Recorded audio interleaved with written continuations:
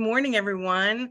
Hope everyone had a great summer, and I thank you for joining us for this learning series webinar that we're holding. I know September is Recovery Month, so really wanted to have this conversation today highlighting addiction recovery.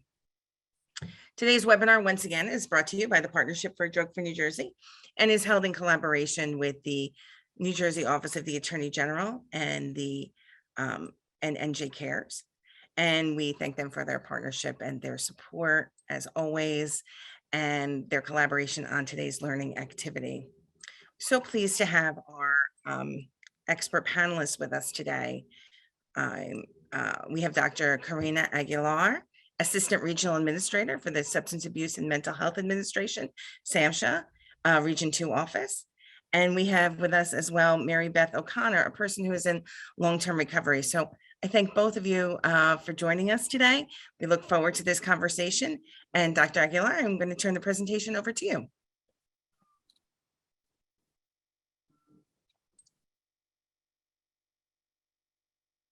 I'm so sorry I couldn't find my mute button. Good morning, everyone. Greetings from the Substance Abuse and Mental Health Service Administration. It's a pleasure to be here with you today. I am the Assistant Regional Administrator for SAMHSA Region 2 Office, and we cover the areas of New Jersey, New York, Puerto Rico, the U.S. Virgin Islands, and 8 federally recognized tribal nations. I have the pleasure to serve alongside Dennis Romero as our Regional Administrator. And, I am delighted to represent SAMHSA and finally participate in one of your specially curated series of knockout opioid abuse. Any day is a good day to share our information with people around the region. However, today and this month is particularly important as we highlight National Recovery Month. Next slide, please. So SAMHSA has a long history in supporting recovery supports, and the inclusion of people with lived experience.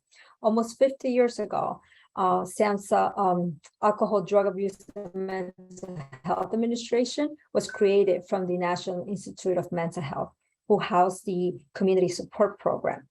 This was designed to improve services to adult psychiatric patients whose disabilities were severe and persistent, for whom long-term care was inappropriate.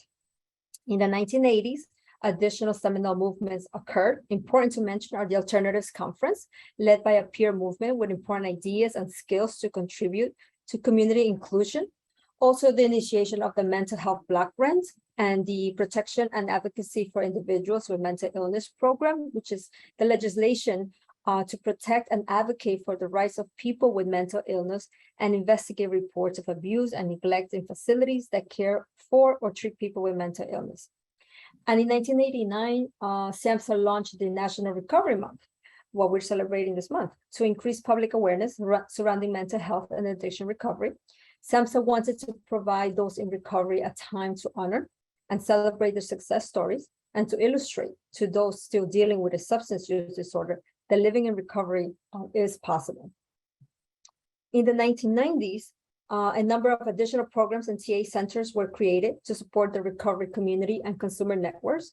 The 1999 Surgeon General's report on mental health key findings noted that mental disorders affect nearly 1 in 5 Americans in any given year. They are the second leading cause of disability and premature death in the United States. And according to the report, more than half of those who need treatment don't get it. Surgeon General David Satcher said, and I quote, "It's really a tragedy that so many people are suffering mental illness and not seeking treatment. I think that's because of the stigma that surrounds mental illness, but it's also because of our system, and we should admit that." End quote. Sadly, I think some of this language is still rings true. Next slide, please.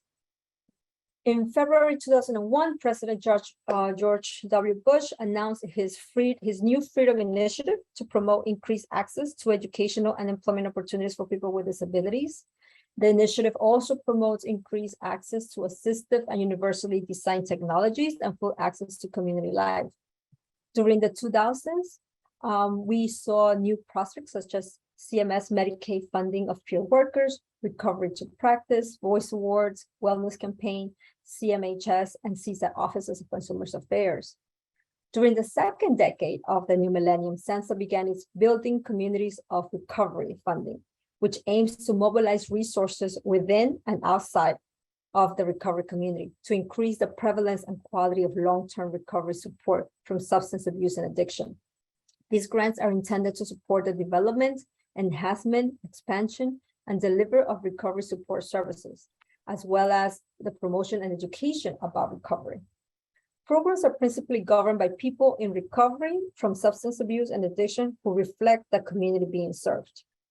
We also have the brass tacks, which is bringing recovery supports to scale technical assistance center strategy.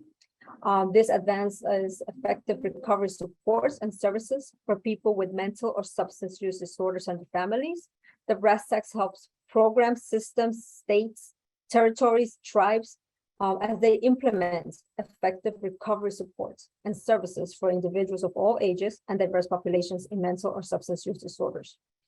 And other targeted capacity support, such as peer-to-peer recovery, transforming lives through a support employment program that also enhances the state and community capacity to provide and expand evidence-based support employment programs to adults with SMI, including people with co-occurring mental and substance use disorders. And we also began to support the Peer Recovery Center of Excellence. And starting this decade, as the new administration shifted SAMHSA's leadership, the first person in recovery was named acting Assistant Secretary of SAMHSA. And in 2021, we established this new Office of Recovery. Next slide, please. The Biden administration knows that multiple stressors during the pandemic, such as isolation, sickness, grief, job loss, instability, loss of routines, it has devastated many of us and presented unprecedented challenges for behavioral health providers across the nation. And during this time of increased urgency, funding has been put forward to help states and territories provide pathways to prevention, intervention, treatment, and recovery services.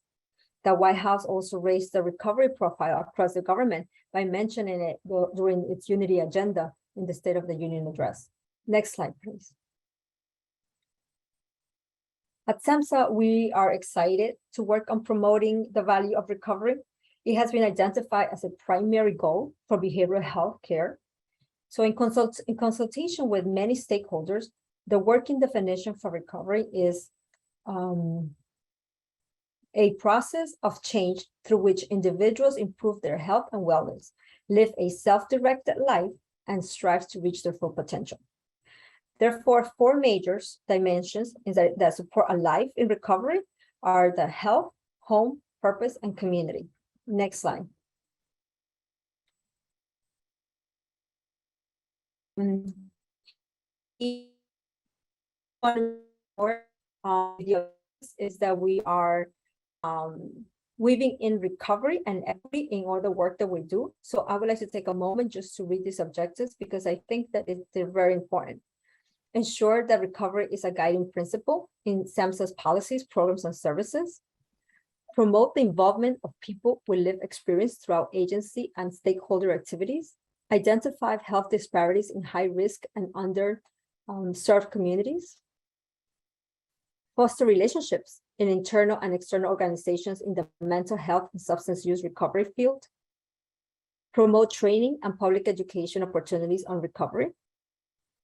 Explore opportunities to partner with the philanthropic and private sectors to support innovative programming to address disparities and advance recovery transformation. Support states, communities, and tribal organizations on implementation of recovery support services, working with the Peer Recovery Center of Excellence. So as you can see, we're making sure that everybody has a seat at the table. Next slide, please. Early this year, a National Recovery Summit was held to review SAMHSA's recovery definition, which includes the 4 dimensions and principles I just mentioned, and to operationalize that definition into specific strategies that brings the vision to life for the Office of Recovery at SAMHSA and across the federal government. 2 things that were front and center were peer recovery support services and system transformation. Next slide, please. Here you'll see very briefly the organization chart that is being proposed for the Office of Recovery. Most of these positions are not filled yet. Next slide, please. And you have heard me mention a couple of times the Peer Recovery Center of Excellence. For your awareness and accessible to you at no cost, this is the TA service that can help you with building and strengthening your peer support capacity and providing workforce development. You can access the technical assistance by visiting the website at peerrecoverynow.org. Next slide, please. Our aim is to create recovery-ready communities. Next slide. This year, SAMHSA launched a challenge with the goal to learn about tools and techniques being used to promote recovery in communities across the United States. Recognizing that this work is also focused on mental health promotion, substance use disorder prevention, and behavioral health equity, all of which are critical elements in building community resilience and strengthening the continuum of care. We know that there are lots of great programs occurring in the nation, and we wanted to hear from them. So currently, there are a list of finalists, and they will present their work to a panel of judges currently as we speak, and the winners will be announced later this October, next month. Next slide, please. Now, if you will allow me, I would like to, next slide. Yeah, I would like to pivot for a few moments to thank everyone for your support in helping us promote the 988 Suicide and Crisis Lifeline. To complement the National 988 messaging framework, SAMHSA has provided a one-stop for information on 988 resources. The information found here will go a long way in making our communication efforts easier. We encourage you to visit and bookmark the SAMHSA's 988 website, and in particular, take a look at the partner toolkit, which is, I think, next slide. I think this is the slide of the toolkit. Yeah, the slide before. You will find there the fact sheets, the key messages. We suggest that you work with these resources as you implement it and have your communications. These are great for crisis call centers, state mental health programs, substance use treatment providers, community-based organizations, and will be updated continuously. So you can continue to visit the sites for new information. You can also even have a 988 slide deck to help you with your communications. Next and last slide.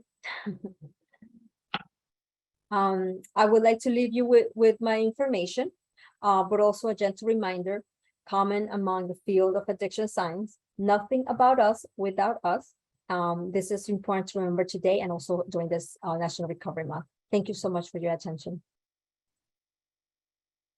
Thank you so much, Dr. Aguilera. And I appreciate you sharing all that information with us. We'll put additional information in the chat about the toolkit that you have available, because I know we have a lot of really involved participants today who can use that. So thank you for being with us.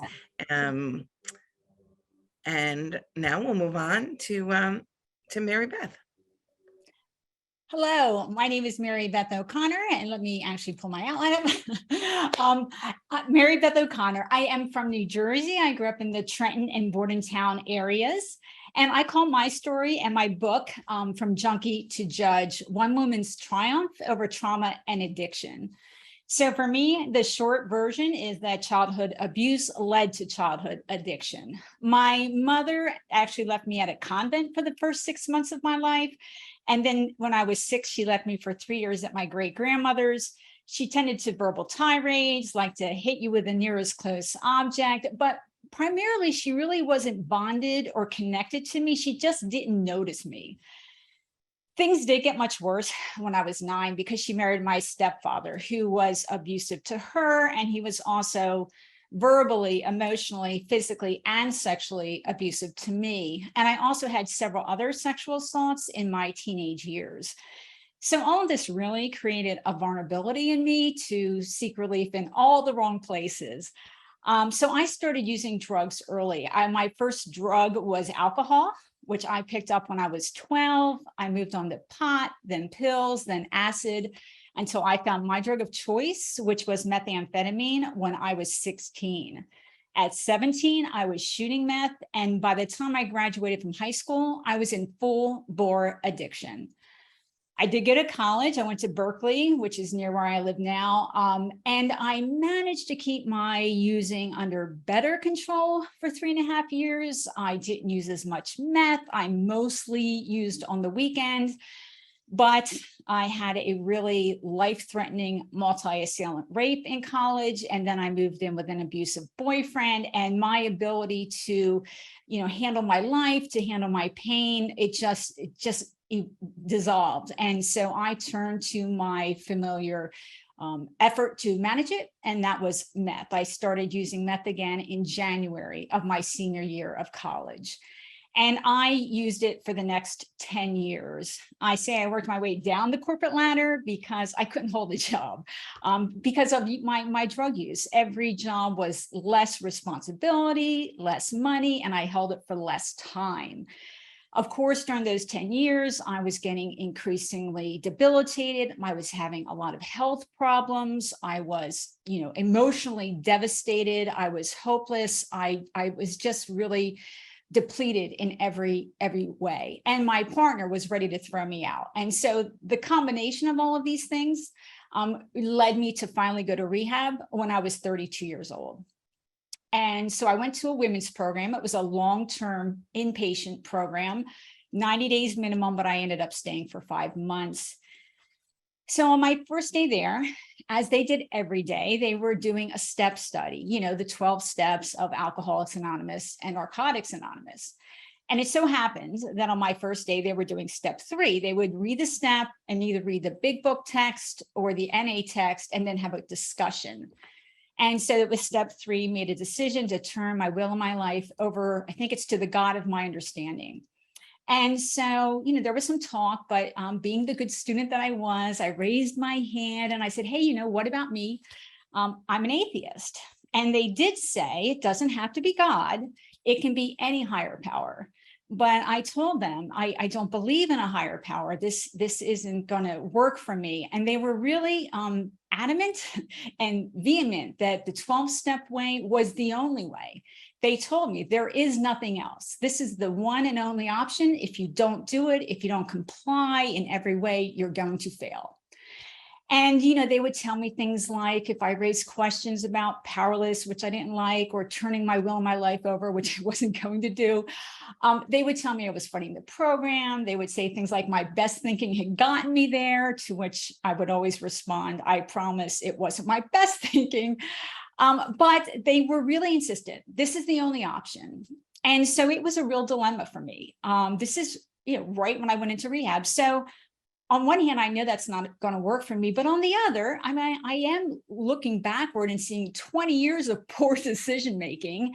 And, it was scary about thinking about challenging that orthodoxy. They told me I was being arrogant, and I worried that maybe they were right. Maybe I should just comply. And so what I decided to do was to just keep my ears and my mind open and look for ideas that I thought would be useful for me and just ignore everything else.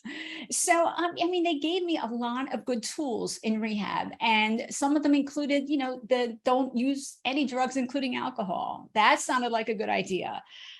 They taught us about things like recognizing and handling triggers. They recommended that we use group support and develop clean and sober relationships. All of those and much more sounded like useful tools. I pulled ideas out of 12 steps. I liked the 1 day at a time mantra. I found that really useful when I was having a bad craving day. I would say, I'm not deciding for tomorrow. Today, I'm not going to use. I know a lot of people don't like the drug-alogs in 12 steps, but for me, in the beginning, they were helpful. To see someone sharing at a meeting and telling their story, and many of them, they had been in as deep and miserable a substance use disorder pain as I had been. They had destroyed their lives in very similar ways to what I had done, and now they're in front of me. And they have 6 months and a year and 2 years sober, and they got a job, and maybe they got a promotion, and they're healing their relationships and paying off their debt, and they look healthy. And so seeing that really helped me start to believe that if they could recover, then maybe I could recover too. I also used a technique where I read everything, all the 12-step material, the big book, the NA text, everything. And I looked for ideas sort of embedded in the steps that I could use. And so, for example, I wasn't comfortable with step one, the powerless step, one of the powerless steps, but I thought about it and I decided that what I could agree with was that I was powerless to moderate, like Mary Beth cannot moderate. And I took another look at step 3 and I thought about it. And what I decided, I could use it as a lesson in limited control. So for example, I should set goals and try to reach them, but I couldn't always control the outcome. And so I did that. I used a lot of the tools that were in the 12 steps that I found consistent with my belief system and that I thought would be helpful. But still, with all this sort of reframing and rejiggering, I really vacillated between some hope that I could recover like everyone else, and really apprehension when faced with a universal consensus that I could not. And so when I got home, I decided to do research. Is it true that there are no options other than 12 steps? So this is 1994 and there was no Google. So I went to the library and I did the research and I found out there actually were options even in 1994. And the first one that I found was Women for Sobriety, which of course still exists today. And Women for Sobriety is the first modern secular recovery program. In WFS, the focus is on releasing your past, taking control of your life, and there's a lot of emphasis on the power of positive thinking. WFS, my experience there, also offers an example of how recovery needs can change over time. So when I first went to meetings, I was very comfortable identifying myself with the I'm Mary Beth and I'm an addict identifier. I felt like I really needed to say that over and over and over and beat it deep into my brain. But by now, it's 8 months into since I went to rehab, and I wasn't comfortable with it anymore. I felt like it wasn't capturing the essence of who I was. It was referring to a large chunk of my life, an important part of my life that I needed to pay attention to, but it wasn't the core of who Mary Beth was. And in Women for Sobriety, the introduction is I'm Mary Beth and I'm a competent woman. And when I said that the first time, I literally got goosebumps. That felt so empowering to me. I sort of sat up straight and stood tall. That was who I was trying to be and who I hoped I would fully become in the future. So in addition to WFS, I found Rational Recovery, which basically is now Smart Recovery. And there they focused on free will. In other words, your self-will was sufficient for you to build a robust recovery with, and they focused on relapse prevention. I also found SOS, Secular Organization for Sobriety. SOS still exists, but it's fairly small. Life-Range Secular Recovery, which I'm on the board for, broke off of SOS in '95, and they are much larger than SOS today. And some of the key ideas there are mutual support, rational decision-making, and each person being responsible for her own recovery. So I did what I had started to do. I did the same thing. I read all the materials for all 3 of the new programs. I went to meetings for all of the programs. I pulled the ideas that I thought would be useful for me, and I synthesized them. I did what LifeRing today would call build a personal recovery plan. I also pulled ideas out of therapy and readings and just conversations at meetings, even including at 12-step meetings, what people would say that sounded like it would be a helpful technique. Now, I'm sure most of you are familiar with the Sarah Seymour Powell study, which compares AA, it compares the effectiveness rate of AA, LifeRing, Women for Sobriety, and SMART, and found they're all basically equally effective. And so my goal is always to just try my best to inform people that they have options so that they can find the program that's the right fit for them and thereby increase their odds of success. And I hope it's clear, I am in no way bashing the 12 steps. The 12-step program works for a lot of people. It's a good fit for many. It's also very large, and it's in some locales where there aren't other options. And so Is if 12 steps is a good fit for someone, if they find recovery there, I am happy for them. I think the dangerous part is when someone says that 12 steps is the only option or that it works better, because neither one of those statements is true.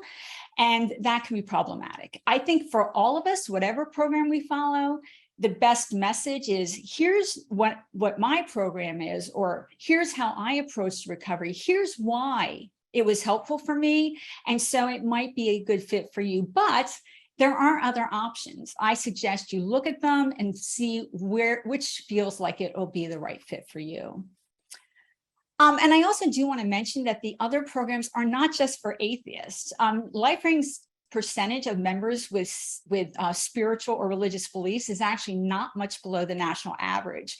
But the 12 steps, while a good fit for many, many people also do struggle with the powerless idea, turning their will and their life over, the sponsor concepts. And so there's a number of reasons why other options might be better for someone.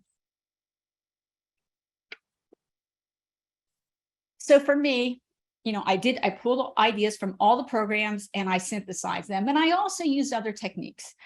I did things like review my core strengths. I thought about who I was when I was a girl, before the trauma and the drug use started.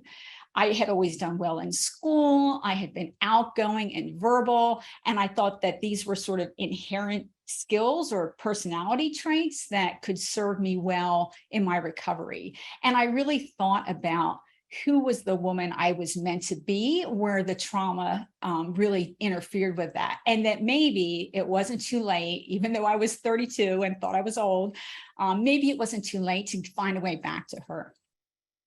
So I had to use a number of techniques to build my strong recovery. One of them was learning how to congratulate myself for my accomplishments. I could be hyper aware of all of my losses in my, from my drug use, as well as any mistakes in recovery, anywhere where I wasn't perfect, any interaction that I didn't handle well. I noticed all those negatives very easily, and I felt them at a deep level. What I had trouble seeing was my improvement.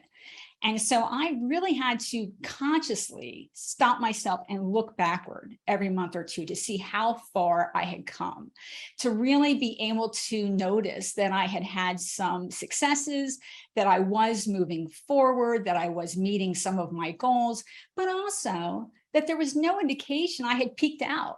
There was this uphill swing is still going on. And so my future will be even better than where I was that day. And I thought a lot about why I was having the success I was having. And one of those reasons I realized was about making positive choices that become habits. So, when I was making good decisions and made that same positive decision over and over and over again, that became a habit, and I didn't have to think about it anymore. And that meant that I could think about other things, and I could, use my brain and my goals and start attacking something else. And that was a key idea for me. Another key idea was incremental improvement. I mean, I know that when I was in rehab, I and all the other women there, we all wanted to be fully healed, to be where we would have been had we never picked up drugs in 6 months or a year. And that just isn't how recovery works. And so I really had to learn patience. I had to accept that my forward momentum was going to be a step-by-step process. In fact, when I saw people who struggled in recovery, sometimes it was because they were trying to leap forward too fast, too far. And so I had to, it was a struggle, but I had to accept a certain level of patience and really focus on setting the goals and what's the right next step to move me forward and being satisfied with achieving that right next step. It's sort of also an idea of success breeds success, that as I was making good choices and they were becoming habits, I was really learning how to guide myself forward, not just in my recovery, but in every area of my life. I was learning competence. I was becoming that competent woman through practice and mostly good decision making, not perfect decision making. No matter what program you choose, I don't think that's going to happen, but generally making the right choices for myself, learning from my mistakes and moving forward. So for me, by 2.5 or 3 years, I really felt that my brain had been rewired and not using was my new normal. I still feel that the addict pathways are there, and I do not take my recovery lightly.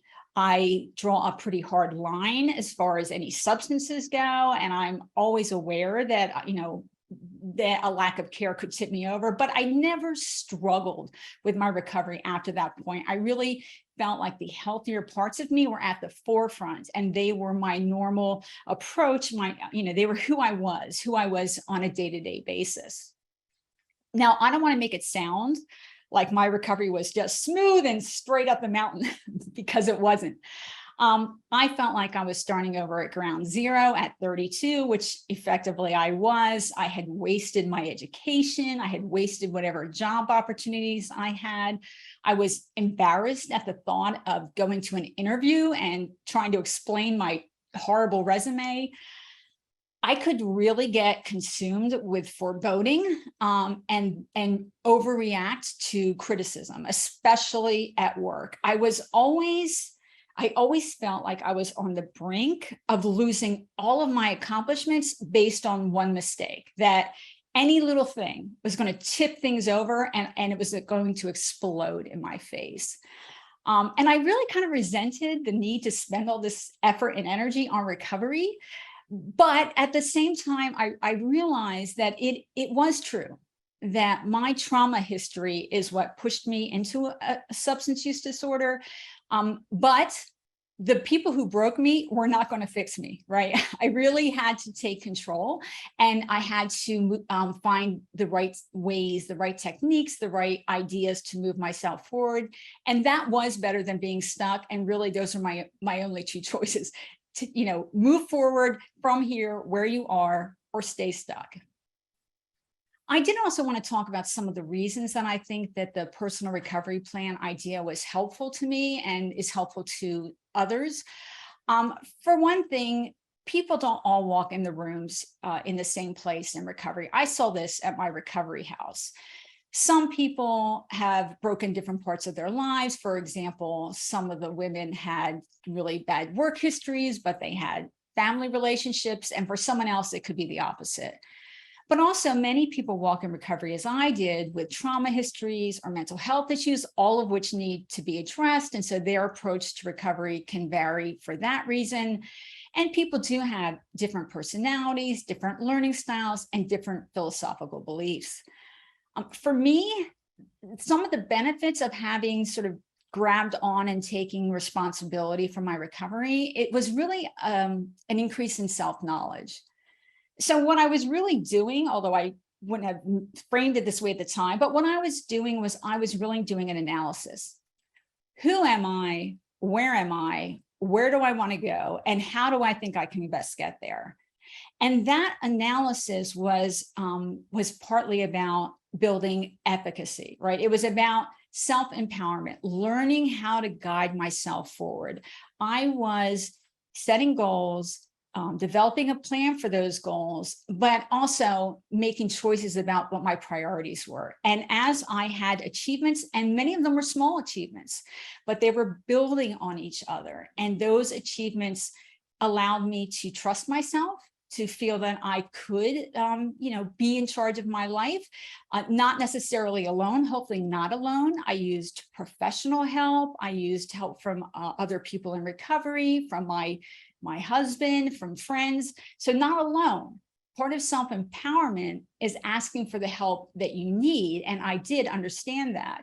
But over time, it just, as I said, increased that confidence and competency. And those skills I applied to all other areas of my life. The same techniques worked for professional decisions, relationship decisions, dealing with my mental health challenges.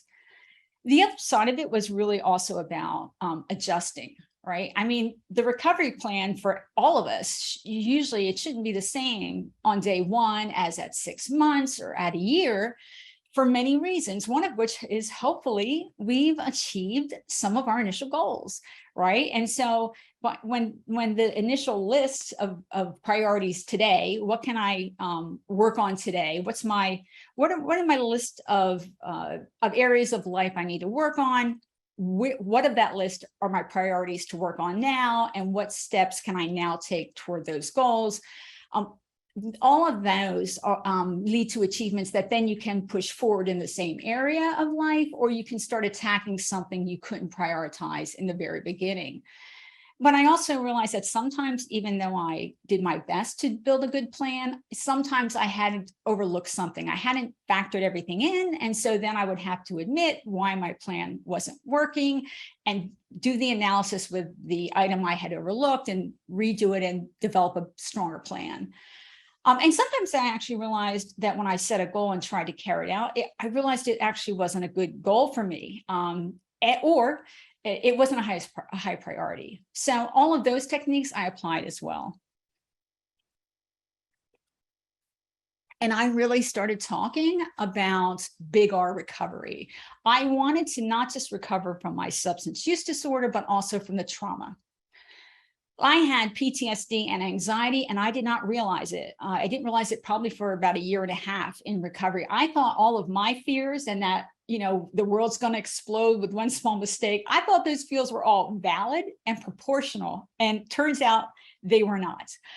So I had to address that. And I used similar techniques as I did with my substance use disorder. And I did mental health treatment and group therapy, women with trauma histories, and I attacked it bit by bit. And I really, with this big R focus, wanted to develop all the capable parts of myself to keep tackling new challenges and basically to reach my full potential and become the competent woman that I thought I could be. So there was a lot of personal growth. I paid off my debts. At 2 years, I quit smoking. Some of it was really just about showing up. If you're my friend and I said I was coming to your birthday party, I would come to your birthday party on time and with a gift and interact appropriately. New behavior. I was able to bond with my friends and family in a new way, to connect to them, to empathize, to offer appropriate advice and guidance, things that I really hadn't been able to do when I was using drugs. And I also was able to develop a happy marriage. My partner and I did end up staying together, although for the first 1.5 years, it wasn't clear that would happen. We had to do a lot of work, but that relationship has given me a good foundation for other challenges as well.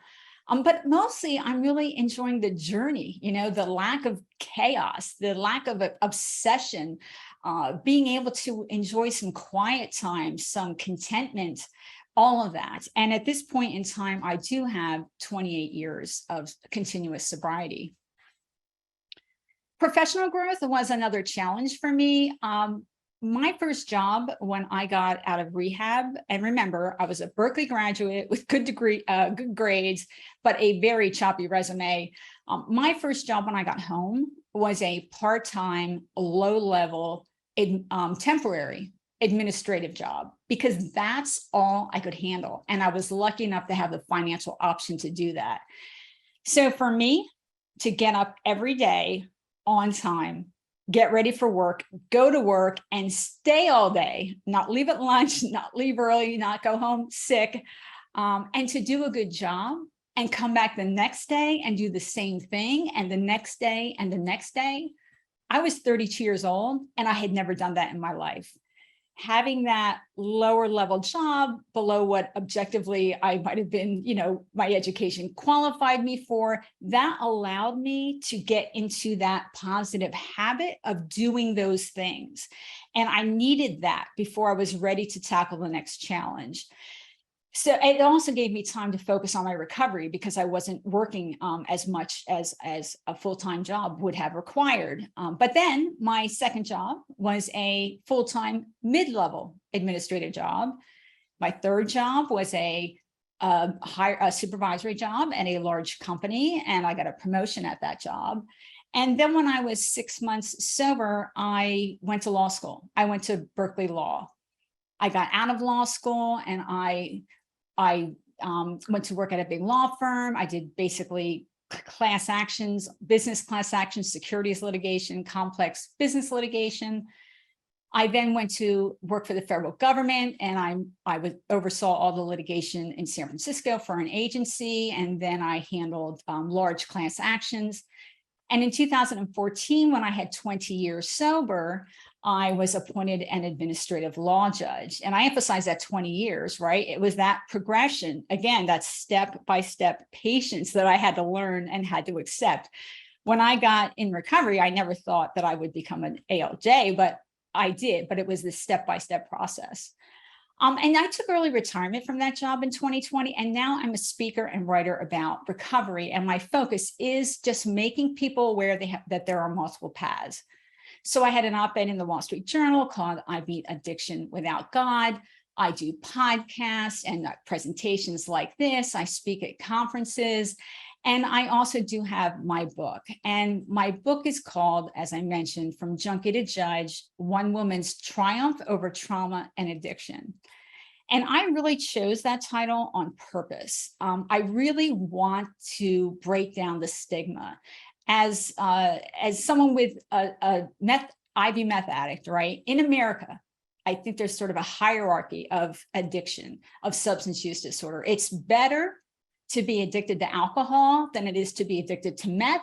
It's better to pop pills than to shoot up. And I was an IV meth addict, which kind of puts me at the low, really at the bottom end of that hierarchy. And a lot of people think that someone with that type of disorder can't recover. And so I tie it to the judge, which, has a positive social resonance, but in part, I do it just to show the arc that's possible, that regardless of how much destruction someone with a substance use disorder has made to their life, no matter how miserable and hopeless they are, they can find a path forward. And in recovery, there's no telling what they might accomplish. There's no way to know. It can be almost anything. I also did want to do a quick shout out to She Recovers Foundation, which I'm also on the board for. And She Recovers is not just for recovery from substance use disorder. It's also in the same place, recovery from trauma, mental health issues, behavioral disorders like eating disorders, self-harm. In She Recovers, it's all together. And they're taking up that space because, as I'm sure we all know, most women with a substance use disorder or people identifying as female, they have other issues as well. And in She Recovers, you do it all together. So I think the links are going to be put into my website, to my Twitter, and to my book, which is available on Amazon and all the other usual sites. And it's now, I believe, time for me to give a pause and allow questions. So thank you for having me.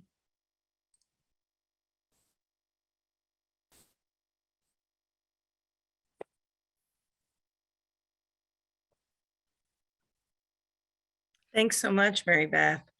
Wow, what a powerful story that you shared, and I appreciate you going into the detail there. As you know, you went through all the different stages of your life. So thanks so much for that presentation. And Dr. Aguilar, I know we have some questions for both of you. You know what, we're going to start. I just want to mention before we start with the questions, I know that there's been some issue with the chat. So if you did put a question in and you kind of got a response back that we may not have gotten it, you could go ahead and enter that again. Also want to mention that the evaluation has launched. We have a few minutes now, so if you could take a minute and complete that evaluation, we would appreciate it. So the question, and Dr. Aguilar, I'll go with you first, and then Mary Beth, if you can jump in when she's done. What supports for family and friends exist through SAMHSA, and what would you recommend for family and friends? Maybe Mary Beth, that second part of the question is more for you. So Dr. Aguilar. Thank you so very much. And Mary Beth, I second all these wonderful comments about how strong you are, the woman that that you became, the struggles that you had from early on. You know, you're a real great example of determination. So I applaud you and look up to you. Thank you so much for sharing your story. You know, one of the things that we have, when you go to SAMHSA.gov, the website, the very first tab is find treatment. And I always mention it because I think it's as a family member, as a friend, there have been times when I need to help someone, and not with the professional hat on, right? Because when it affects someone that you care about, it's like somehow you lose all your abilities that you have as a professional, and your heart goes to them. So I go there and I look for what resources are in the person's zip code specifically. And then I start having that, and then I link on the sites, right? Because then all of a sudden they take some form.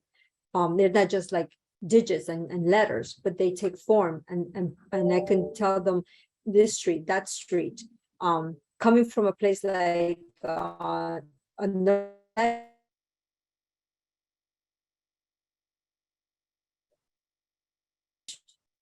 of different obstacles. So what I do is kind of like meet them where they are. I think what we heard from Mary Beth today was kind of like what it's for one person may not work for others. And I think that that's very important for us to remember, meeting people where they are at. That's another thing I've learned at SAMHSA, is that we are not, we want to go with evidence-based information. But there's a lot of resources out there, a lot of information out there, things that are helping people. You might have seen us, harm reduction is something that we're working very closely with now. I know the country has done many good work in that area. So we're learning as well. But just going back to the question, I think that it's important for us to be informed, gather this information, and be able to be of support to the people that we care about. Thank you. Thank you, Doctor. And Mary Beth, before you jump in there, absolutely, when you talk about harm reduction, I know that has been really the centerpiece here in New Jersey. Governor Murphy's administration has really been focused on harm reduction and exploring that as well. So thank you for bringing that up. And Mary Beth, if you can and add to this conversation. Yeah. Sure. And let me just mention, I see there are some chat messages to me, and I'm not going to be able to monitor them, but feel free to email me afterward and I will answer you. But on the family side, and I do want to address the harm reduction as well. For friends and family, there is, of course, Al-Anon, which is the 12-step version of family support. LifeRing has a family and friends meeting. Hazelden offers family and friends support. Smart Recovery has friends and family support. There's a Facebook group for Moms for All Pathways to Recovery, and a lot of other online resources for friends and family. The other thing I mentioned when I talk to friends and family, and I do that monthly meeting for LifeRing, is that, I'm a friend and family too, right? Everyone that I know in recovery is also a friend and family. My best friend died of a heroin overdose 14 years into my recovery, and I've had family members struggle. So I understand, the challenges of that, but there are more resources now than there used to be, and a good fit you should be able to find something that hopefully will help you out. And then on the harm reduction side, I did want to mention that I personally really took advantage of harm reduction in my using. In the early 90s, when HIV was prevalent, the needle exchanges started.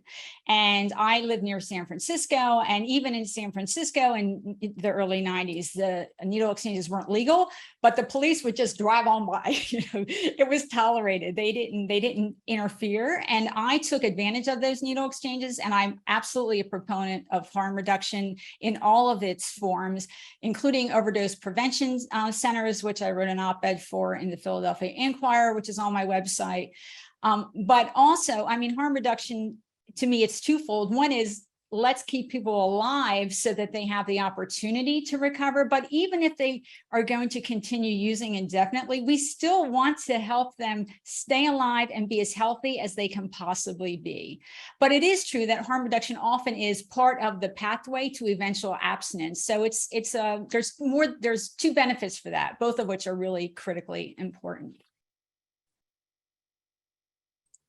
Thanks. And when it comes to support for someone, you talked about your career path, Mary Beth, but how do you support someone who, wants to get back into the workforce? Are there transportation issues? What are those barriers, and how can someone help them? Mary Beth, if you can go first, and then Doctor, if you want to jump in, if there's anything that SAMHSA recommends. I mean, I'm sure it varies from local community to local community as to what supports there are. And so hopefully in New Jersey, there's a list of resources that you can find. If you can't, send an email, I'll ask and get that for you. But in general, I think a lot of people face several challenges professionally in recovery. One is that sometimes they have a criminal record, and that can be problematic. And so the rules vary from state to state, but getting your record, either the charge is dismissed or your record expunged, can be helpful.